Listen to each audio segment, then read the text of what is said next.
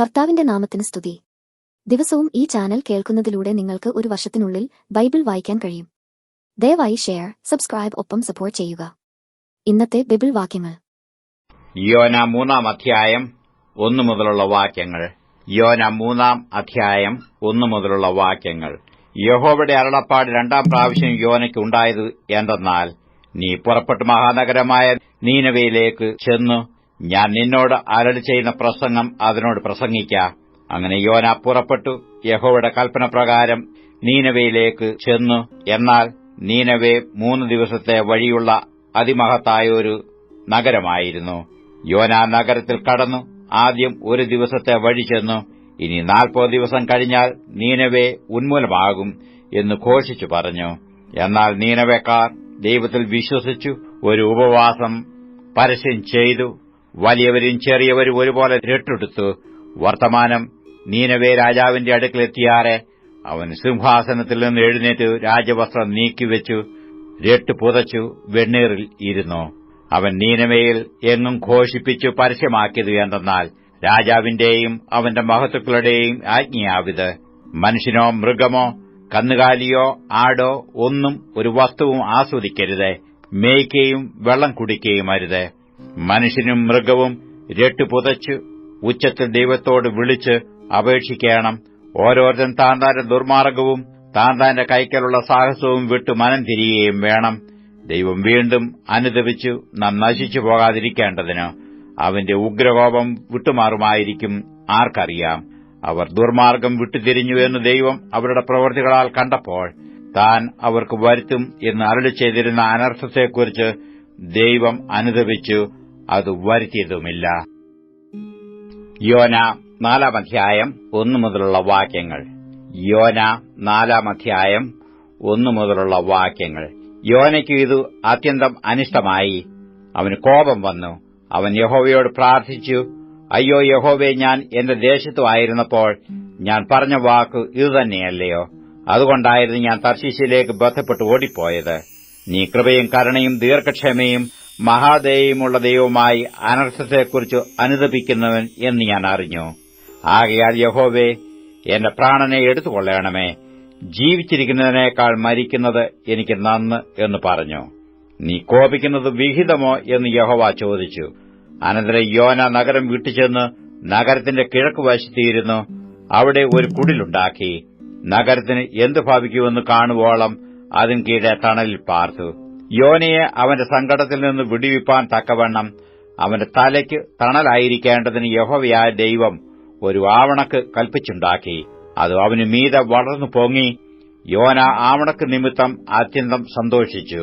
പിറ്റേനാൾ പുലർന്നപ്പോൾ ദൈവം ഒരു പുഴുവിനെ കൽപ്പിച്ചാക്കി. അത് ആവണക്ക് കുത്തിക്കളഞ്ഞു. അത് വാടിപ്പോയി.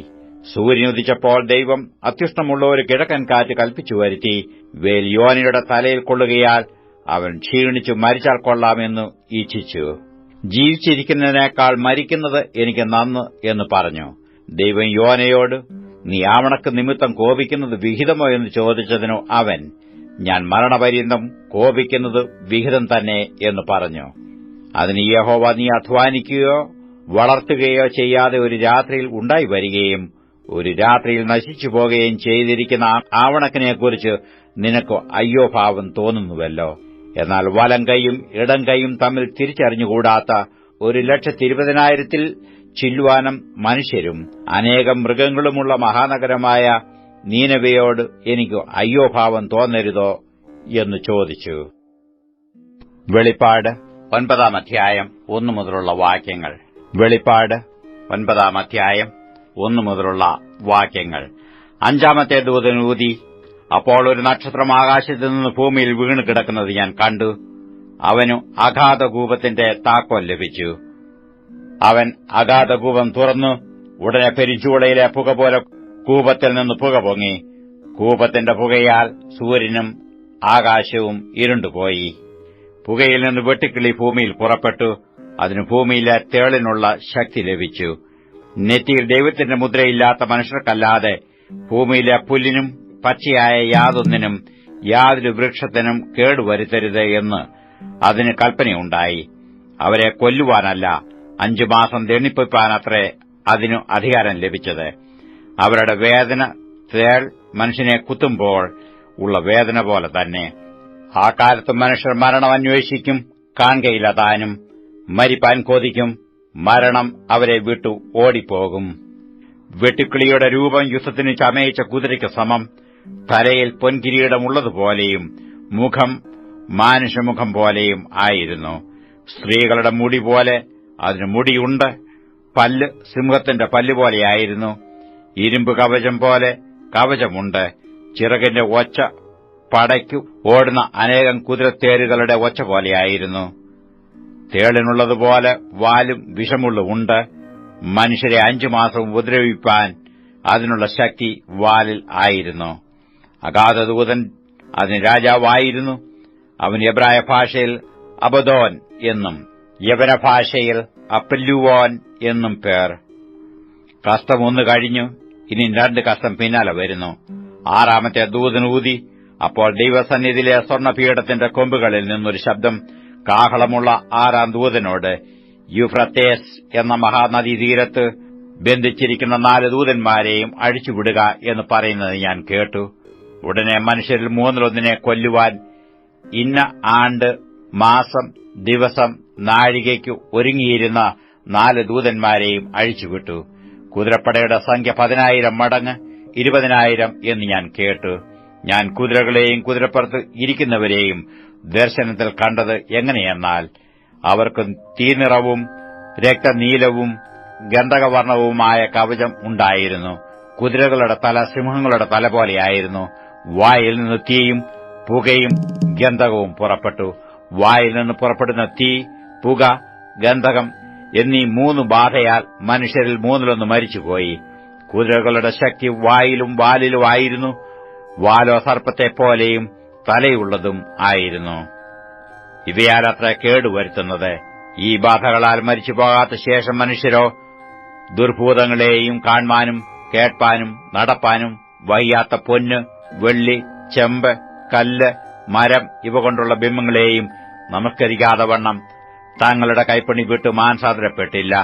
തങ്ങളുടെ കുലപാതകം, ക്ഷുദ്രം, ദുർനടപ്പ്, മോഷണം എന്നിവ വിട്ട് മാനസാന്തരപ്പെട്ടതുമില്ല. സദൃശവാക്യങ്ങൾ 16-ാം അധ്യായം 1 മുതലുള്ള വാക്യങ്ങൾ. സദൃശവാക്യങ്ങൾ 16-ാം അധ്യായം 1 മുതലുള്ള വാക്യങ്ങൾ. ഹൃദയത്തിലെ നിരൂപണങ്ങൾ മനുഷ്യനുള്ളവ, നാവിന്റെ ഉത്തരമോ യഹോവയാൽ വരുന്നു. മനുഷ്യന് തന്റെ വഴികളൊക്കെയും വെടിപ്പായി തോന്നുന്നു. യഹോവയോ ആത്മാക്കളെ തൂക്കി നോക്കുന്നു. നിന്റെ പ്രവൃത്തികളെ യഹോവയ്ക്ക് സമർപ്പിക്ക, എന്നാൽ നിന്റെ ഉദ്ദേശങ്ങൾ സാധിക്കും. യഹോവ സകലത്തെയും തന്റെ ഉദ്ദേശത്തിനായി ഉണ്ടാക്കിയിരിക്കുന്നു, അനർത്ഥ ദിവസത്തിനായി ദുഷ്ടനെയും കൂടെ. ഗർവമുള്ള ഏവനും യഹോവയ്ക്ക് വെറുപ്പ്, അവന് ശിക്ഷ വരാതിരിക്കയില്ല എന്നതിന് ഞാൻ കൈയടിക്കുന്നു. ദയയും വിശ്വസ്തതയും കൊണ്ട് അകൃത്യം പരിഹരിക്കപ്പെടുന്നു. യഹോവാഭക്തി കൊണ്ട് മനുഷ്യർ ദോഷത്തെ വിട്ടകലുന്നു. ഒരുത്തന്റെ വഴികൾ യഹോവയ്ക്ക് ഇഷ്ടമായിരിക്കുമ്പോൾ അവൻ അവന്റെ ശത്രുക്കളെയും അവനോട് ഇണയ്ക്കുന്നു. ന്യായരഹിതമായ വലിയ വരവിനേക്കാൾ നീതിയോടുള്ള അല്പം നല്ലത്. മനുഷ്യന്റെ ഹൃദയം തന്റെ വഴിയെ നിരൂപിക്കുന്നു, അവന്റെ കാലടികളെയോ യഹോവ ക്രമപ്പെടുത്തുന്നു. രാജാവിന്റെ അധരങ്ങൾ അരുളപ്പാടുണ്ട്, ന്യായവിധിയിൽ അവന്റെ വായ് പിഴയ്ക്കുന്നതുമില്ല. ഒത്ത വെള്ളിക്കോലും ത്രാസും യഹോവയ്ക്കുള്ളവ, സഞ്ചിയിലെ പടിയൊക്കെയും അവന്റെ പ്രവൃത്തിയാകുന്നു. ദുഷ്ടത പ്രവർത്തിക്കുന്നത് രാജാക്കന്മാർക്ക് വെറുപ്പ്, നീതി കൊണ്ടല്ലോ സിംഹാസനം സ്ഥിരപ്പെടുന്നത്. നീതിയുള്ള അധരങ്ങൾ രാജാക്കന്മാർക്ക് പ്രസാദം, നേർ പറയുന്നവനെ അവർ സ്നേഹിക്കുന്നു. രാജാവിന്റെ ക്രോധം മരണദൂതന് തുല്യം, ജ്ഞാനമുള്ള മനുഷ്യനോ അതിനെ ശമിപ്പിക്കും. രാജാവിന്റെ മുഖപ്രകാശത്തിൽ ജീവനുണ്ട്, അവന്റെ പ്രസാദം പിന്മഴയ്ക്കുള്ള മേഘം പോലെയാകുന്നു. തങ്കത്തേക്കാൾ ജ്ഞാനത്തെ സമ്പാദിക്കുന്നത് എത്ര നല്ലത്, വെള്ളിയേക്കാൾ വിവേകം സമ്പാദിക്കുന്നത് എത്ര ഉത്തമം. ദോഷം അകറ്റി നടക്കുന്നത് നേരുള്ളവരുടെ പെരുവഴി, തന്റെ വഴി സൂക്ഷിക്കുന്നവൻ തന്റെ പ്രാണനെ കാത്തുകൊള്ളുന്നു. നാശത്തിനു മുമ്പേ ഗർവം, വീഴ്ചയ്ക്ക് മുമ്പേ ഉന്നതഭാവം. ഗർവികളോട് കവർച്ച പങ്കിടുന്നതിനേക്കാൾ താഴ്മയുള്ളവരോട് താഴ്മയുള്ളവനായിരിക്കുന്നത് നല്ലത്. തിരുവചനം പ്രമാണിക്കുന്നവൻ നന്മ കണ്ടെത്തും, യഹോവയിൽ ആശ്രയിക്കുന്നവൻ ഭാഗ്യവാൻ. ജ്ഞാനഹൃദയൻ വിവേകിയെന്ന് വിളിക്കപ്പെടും, അധരമാധുര്യം വിദ്യയെ വർദ്ധിപ്പിക്കുന്നു. വിവേകം വിവേകിക്ക് ജീവന്റെ ഉറവാകുന്നു, ഭോഷന്മാരുടെ പ്രബോധനമോ ഭോഷത്വം തന്നെ. ജ്ഞാനിയുടെ ഹൃദയം അവന്റെ വായെ പഠിപ്പിക്കുന്നു, അവന്റെ ആദരങ്ങൾക്ക് വിദ്യ വർദ്ധിപ്പിക്കുന്നു. ഇമ്പമുള്ള വാക്ക് തേൻകട്ടയാകുന്നു, മനസ്സിന് മധുരവും അസ്ഥികൾക്ക് ഔഷധവും തന്നെ. ചിലപ്പോൾ ഒരു വഴി മനുഷ്യന് ചൊവ്വായി തോന്നുന്നു, അതിന്റെ അവസാനമോ മരണവഴികളത്രേ. പണിക്കാരന്റെ വിശപ്പ് അവനെക്കൊണ്ട് പണി ചെയ്യിക്കുന്നു, അവന്റെ വായ് അവനെ അതിനായി നിർബന്ധിക്കുന്നു. നിസാര മനുഷ്യൻ പാതകമെന്ന കുഴി കുഴിക്കുന്നു, അവന്റെ അധരങ്ങളിൽ കത്തുന്ന തീയുണ്ട്. വക്രതയുള്ള മനുഷ്യൻ വഴക്കുണ്ടാക്കുന്നു, ഏഷണിക്കാരൻ മിത്രങ്ങളെ ഭേദിപ്പിക്കുന്നു. സാഹസക്കാരൻ കൂട്ടുകാരനെ വശീകരിക്കുകയും കൊള്ളരുതാത്ത വഴിയിൽ നടത്തുകയും ചെയ്യുന്നു. കണ്ണടയ്ക്കുന്നവൻ വക്രത നിരൂപിക്കുന്നു, വപ്പ് കടിക്കുന്നവൻ ദോഷം നിവർത്തിക്കുന്നു. നരച്ച തല ശോഭയുള്ള കിരീടമാകുന്നു, നീതിയുടെ മാർഗ്ഗത്തിൽ അതിനെ പ്രാപിക്കാം. ദീർഘക്ഷമയുള്ളവൻ യുദ്ധവീരനിലും ജിതമാനസൻ പട്ടണം പിടിക്കുന്നവനിലും ശ്രേഷ്ഠൻ. ചീട്ട് മടിയിലിടുന്നു, അതിന്റെ വിധാനമോ യഹോവയാലത്രേ.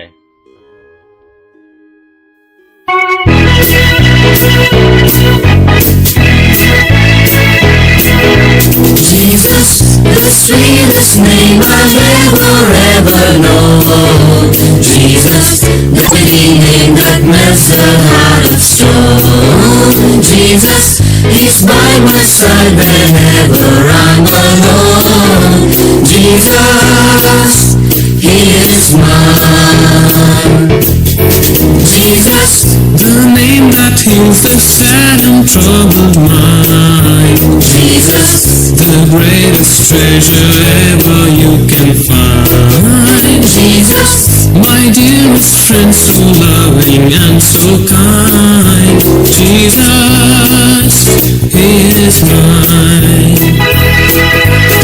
every knee shall bow, every tongue confess that Jesus Christ is Lord. In heaven's triumph, as all the earth proclaims that Jesus Christ is Lord. Jesus, the one who trod the shores of Galilee.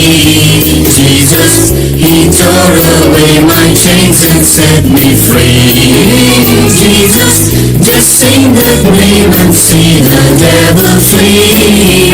Jesus, He is mine.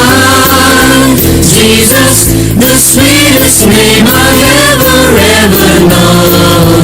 Jesus, the mighty name that melts the heart of stone. Jesus is by my side whenever I'm